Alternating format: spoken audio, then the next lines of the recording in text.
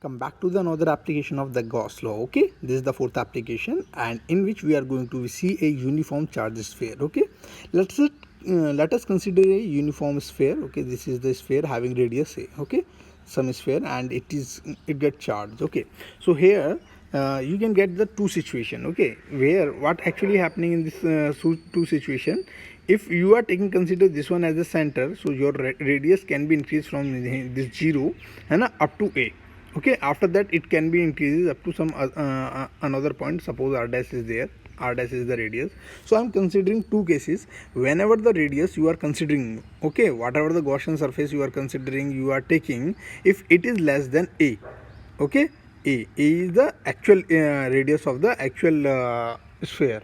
So if it is less than a, what will be the effect? If it is greater than a, then what will be the effect? Okay, so for r is equal to a. Okay, so as we know that for the Gauss law, what exactly the flux we have to determine. So whatever the flux leaving out from the closed surface, that is equal to the charge. Okay, so flux is equal to charge enclosed. इसके अंदर कितना charge है ये बताता है Gauss law. Okay, सबसे पहले मैं flux calculate करता हूँ. Okay, so first of all we will calculate the flux. How we will calculate? Closed integral of d dot ds. Okay, and this is given by, since we are considering the uniform distribution of the charge, so d is going to be uniform throughout this. Okay, so again I am saying that I am considering the case where r is less than this a. Okay, at this time what will be the effect of, what will be the d over there? Okay, so effect of the d. So d is considered as the constant. Okay, so because this is the sphere having the symmetric distribution of the charge. Okay, again if you d will be the constant, again you have to be, do the integration of ds, whatever the area is there. So in the, this is, you know that in the spherical coordinate system two things are there. What are there? So r, theta, phi. Okay, so r is vary from 0 to infinity, this is vary from 0 to pi, and this is vary from phi is vary from 0 to 2 pi. So like this the movement is there. So here what actually happening, we are considering phi and theta. Okay, and this will become r square sin theta if you see the distribution element. So this is for this theta, this is r d theta, and this is r sin theta d phi for this phi along the phi axis. So by combining these you will get r square sin theta d phi dy. Okay, again if you don't know this one, no need to be worried, because simply we are considering the symmetricity now. So due to the symmetricity, whatever this one that is equal to the surface area of the sphere, which is nothing, we have studied in the standard 4 pi r square. Okay, so the area of the sphere is equal to 4 pi r square. So what is the good thing, why we are considering the symmetrical space? Whatever the integration is there na, it is simply converted into the multiplication. So see dr, this is the distribution of this, this is the electric flux density in the direction of r, and it is multiplied by this area. Okay, 4 pi r square. So this is the flux you will calculate.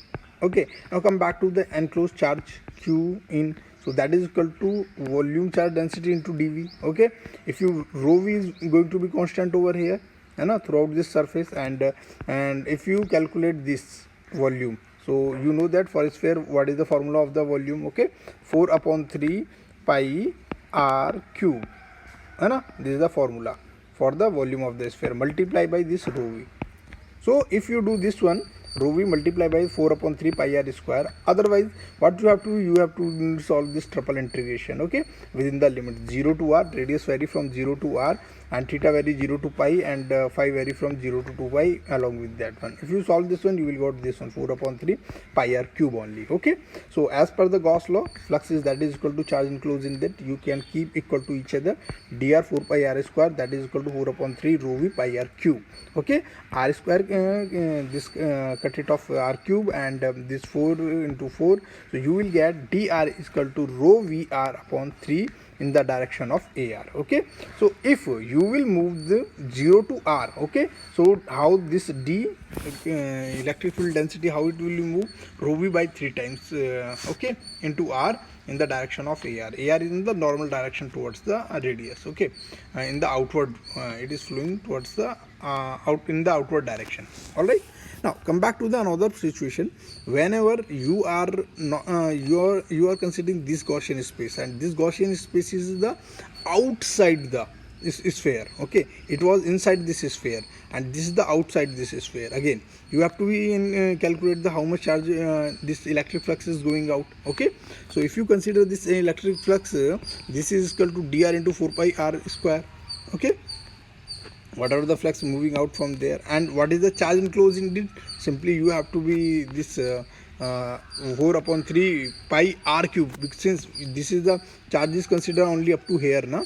This is a radius is there, so charge is distributed among this one in a symmetrical way. And so what actually happening, you will get the volume charge, that is equal to 4 upon 3 pi r instead of r. We are considering a because we are considering the sphere of a. Okay, because this in this r dash is the space around this one, and I am considering the sphere which is having the radius a. Before that I am considering a space inside this a only. So and whenever it was inside the a, now we are considering only this one. But if you are going out, charge is only limited to up to a, up to here only. Okay, so that is the difference. Now come back to the again QEM, whatever you have calculated this charge and flux, simply keeping equal to each other, you will get dr is equal to rho v by 3 r square into a cube. And so rho v by 3 is there, in that simply r is there, in this case r is there, but here a cube by r square is also there in the direction of ar, where r is greater than a. Okay, d is equal to r by 3 rho v in the direction of ar, and a cube by r square rho v in direction of a cube by 3r square in the direction of ar only. Okay, so simply this is the movement. Okay, if you see this one, so this is the this is goes like that. Okay, when you will up to a, this is the radius. Okay, exact the sphere you are considering radius a, so up to here it will increase like that, and from that particular point, okay, this if the radius, if you goes forward in the forward direction, so this will be decreased like that. Okay, so this is the radius of the sphere you are considering, and this is the d, electric field density. Okay, so d must be constant on the Gaussian surface. It is very important. Wherever I was considering this Gaussian surface, I have considered d should be the constant, and whenever I am considering this one, d is also considered as the constant. Okay, so by if you want to determine d by using Gauss law, you must have to consider d is a constant. Again, I am summarized that Gauss law is simply saying that closed integral of d dot ds, this is equal to the charge enclosed in it, so for applying this one, first of all you have to find it out that symmetrical charge distribution should be symmetrical on the body whatever you are considering. Okay, and the second thing is that simply if you have considered symmetrical charge distribution is constant, it means d is going to be constant, then consider a Gaussian surface which is convenient to you. Okay, if you considering a sphere, so then you are considering the Gaussian sphere in like this, in the sphere. So in this way this can help you out. Okay, so hope you will understand. This graph will help you out, this graph. Okay, like this. And now this has been covered it up. In the next lecture we will see what is electric potential. Okay, we will look towards the electric potential, what is its meaning, how it is useful to us. And this is the first equation. Again, Maxwell first equation is there. Okay, so what is the Maxwell? D dot ds, that is going to be q q enclose, and this is del dot d into rho v. So this is the first equation, Maxwell equation. Okay, now come back to the another equation, in the next equation we will see in electric potential the another equation of the Maxwell. Okay, so thank you so much. Have a nice day for your patience listening. Let's move with the another topic in the next lecture.